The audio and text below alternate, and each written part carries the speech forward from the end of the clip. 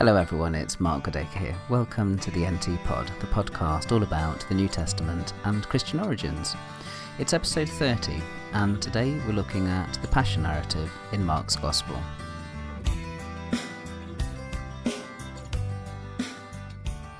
This is the first of 4 back-to-back episodes on the Passion narratives in the Gospels, and I thought it was entirely appropriate to begin with Mark's Gospel, because I'm with the majority on this one, and I think it was the first Gospel to be written.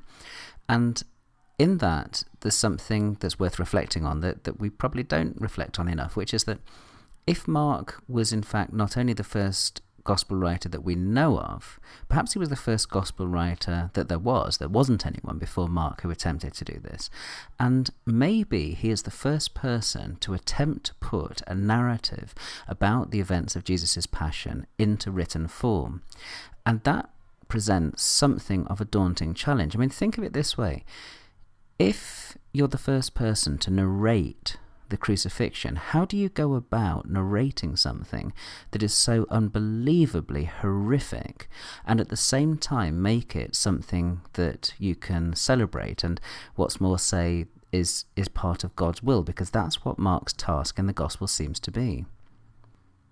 You see, part of the problem here is that we have a difficulty in disentangling in our minds the term crucifixion from Christianity. If you say to someone the term crucifixion, they straight away think of Christ, Jesus, crucifixion, religion, Christianity. You know, those terms all go together. But in antiquity, of course, it was nothing like that. They heard the term crucifixion and they shied away from it. It was a horrible thing, a terrible thing. It was the most unbelievably nasty thing. I mean, that's how the Romans wanted it to be. One of the reasons for crucifying people was to terrorize the population. I mean, remember that if you're in a culture, if you're in a society that doesn't have any kind of democracy, anything like that, the biggest threat is kind of mob rule. And how do you control the mob? Well, on the whole, what Rome did is they controlled the mob by terrorizing them, and what they did is they crucified runaway slaves and the worst kind of miscreants that they saw in their society. And then here we've got Christianity claiming that their hero, the main figure at the heart of their religion, is somebody who suffered this worst penalty imaginable. So Mark has his work cut out if he's going to try and construct a narrative of this hero's death by crucifixion. And it's not just that he's the first person to construct a narrative perhaps of Jesus's death by crucifixion. He's the first person to construct a narrative of any hero's death by crucifixion. If you comb texts in antiquity, it's impossible to find stories about people dying ignoble death by crucifixion. In fact, in ancient texts, people rarely talked about crucifixion at all. They just didn't really like to dwell on it, to describe it, because it was something too horrific for them to imagine. And we can only get any kind of grasp on it just by looking at the odd little reference in text here and there, and also by thinking of the one archaeological discovery that we've got of a certain Yehohanan who died by a death of crucifixion in the 1st century, and there's a heel bone of his with the nails that got stuck in the heel bone, and you look at that bone, and you can go and see it in the museum in Jerusalem, and you look at that bone and you think, that is the most horrific death that you can imagine, to be tortured to death like that. And that's what the early Christians were talking about when they said that Jesus died by crucifixion. And a huge part of the whole business of crucifying someone is to shame them and to present them up as an object of complete ridicule and shame. You kind of mock their grandeur. You parody the supposed grandeur that this person has. So how do you go about saying that this Messiah was crucified? How do you go about constructing a narrative in which this is the climax of your story, the thing to which everything else has led forward? Well, what Mark does in his narrative is something quite clever. For a start, he doesn't shy away from the sheer darkness, the sheer horror of crucifixion in any way. Bear in mind that when Jesus utters his last despairing cry in Mark's Gospel, it isn't a kind of serene floating into eternity in a kind of relaxed way, in a reverential sort of way. What happens is that Jesus utters a last despairing cry, my God, why have you forsaken me? You really get a feel for the sense of abandonment that Jesus has on the cross. And the darkness isn't just there, it's also in the way that other characters round about him are acting. He gets mocked, he gets insulted, he has appalling things happen to him. And it's clear as well that Jesus is naked, because you have people who are casting lots for his clothing. You have even his closest friends have abandoned him. The disciples are said to have fled, so he's dying in kind of loneliness. It's a really horrendous scene, and Mark just doesn't shy away from depicting that kind of darkness. In fact, he makes it not just a kind of metaphorical darkness, but a literal darkness, so that you have darkness descending over the whole earth from midday. So Mark doesn't shy away from that, and I think in that one of the things he's trying to do is paint a plausible picture of a crucifixion. So Mark isn't going to shy away in any way from depicting any of those horrors of crucifixion. He's not going to have Jesus die in a kind of implausible, serene way with angels guiding him up to the cross and all the rest of it. He's going to be realistic about it. But then at the same time, he wants to say that this crucifixion is God's will for Jesus. This is something which is part of his destiny. Now, how does he do that? He does it in a very clever way. One of the things that he does is he makes the whole Passion narrative just filled with scriptural references. The whole thing is just driven through by references to the Bible, to the Hebrew scriptures. And bear in mind the importance of that. I mean, what's happening for Mark is that he's saying that this is in God's will.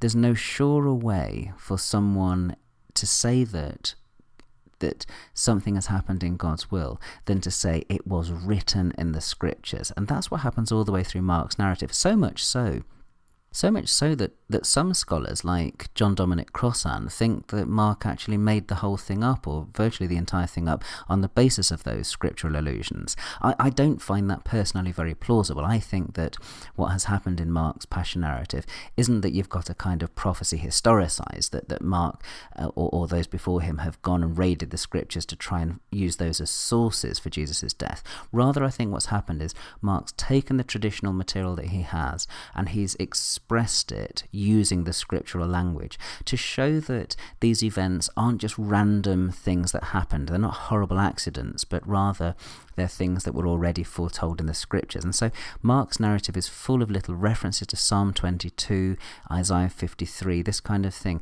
He finds himself using that language as he talks about Jesus' passion. And in that, Mark is a typical first century Christian, perhaps an early first century Jesus follower, because bear in mind that Paul has in 1 Corinthians 15:3, in that earliest Christian confession that we know of, Christ died for our sins according to the scriptures, the conviction there that Jesus' death was in God's plan. And so what Mark is trying to do is express that all of these events are already foretold in the scriptures, and in that he's following on from what we already have in Christians before him. But putting together these different elements, the conviction that this was all happening in God's will, and also the reality, the horrible, terrifying reality of crucifixion, putting these together into a coherent narrative is not something which we should underestimate. And one of the things that Mark does in putting these things together is something extremely clever. It's a great literary feat. What he does is he uses a technique which has served dramatists really from time immemorial and is still used today, and it's still one of the most powerful things you can use in drama. And it's the use of dramatic irony. What you do is you have characters in the drama who are expressing things meaning one thing, but then the reader takes them in a slightly different way because the reader is in the know. That wonderful thing in dramatic irony where the reader is kind of privileged, or the viewer is privileged. The reader, the viewer, knows things that the actors in the drama don't know. The most obvious examples of this in Mark's Passion narrative are over the whole business of Jesus as a royal figure he's repeatedly pointed to as the King of the Jews. But the people who are saying that he's the King of the Jews are people who don't think he really is. And the reader's supposed to think, oh yes, but he is. And that's the irony in the story. So when he's given a crown of thorns, the people in the story, of course, are trying to mock him. But the reader thinks, and yes, this is the moment when he was truly crowned. And this expands to all sorts of areas in the narrative. I think it's even there over the idea of Jesus as prophet, because in 1465, when Jesus is beaten up and he's told to prophesy, what's happening is the very moment while that's happening, these people who are beating Jesus up are in the act of fulfilling one of Jesus' own prophecies. So, because Jesus had prophesied that there would be appalling things happen to him. So there's a wonderful and dark kind of dramatic irony in that the Jesus who is at first prophesying these things is now the Jesus who is beaten up and taunted about prophesying these things. And similarly, at the same moment, Peter is denying Jesus in fulfillment of Jesus' prophecy. So he's being taunted and told to prophesy in chapter 14, verse 65, and at the same time you've got Peter in the act of fulfilling that prophecy of Jesus. And to throw one other related thing in, think of the centurion's confession in Mark 15:39. At the beginning of this episode, I had a little bit of a quotation from one of the most famous moments in Jesus' films, where John Wayne, in The Greatest Story Ever Told, offers his great-sounding confession that truly this is the Son of God. Legend has it that George Stevens, the director, said, "Say it with awe, John," and then he said, "Oh, truly this is the Son of God." And the thing, I mean, that's actually, as it happens, an apocryphal story, and perhaps in the future I'll do an NT pod where I'll tell you the full story about John Wayne. But the point to remember here in Mark's narrative is that the centurion's cry is probably itself ironic. The centurion has got no reason to think that Jesus is the Son of God. He has just seen someone die in despair. But what the reader can see is that the veil of the temple has just been torn in two. The reader can see that this is the death of the Messiah. And so the reader knows that at this moment, when the centurion is mocking Jesus, that this is the true moment of Jesus's full coronation as Christ and as Son of God, the culmination of everything that you've got in the gospel. So that's a little insight, I hope, into elements in Mark's Passion narrative. And next time in the NT pod, we're going to have a look at how Matthew expanded on, added to, took away from, illustrated, did different things with Mark's Passion narrative, and we'll come on to that very soon. So thanks very much for listening to the latest episode of the NT Pod. It's always good to have your company. You can find me on the web at podacre.blogspot.com. You can find me on Duke's iTunes U or on iTunes, or you can Google for the NT Pod. You can follow me on Twitter at Goodacre. Thanks again for listening, and I'll see you soon.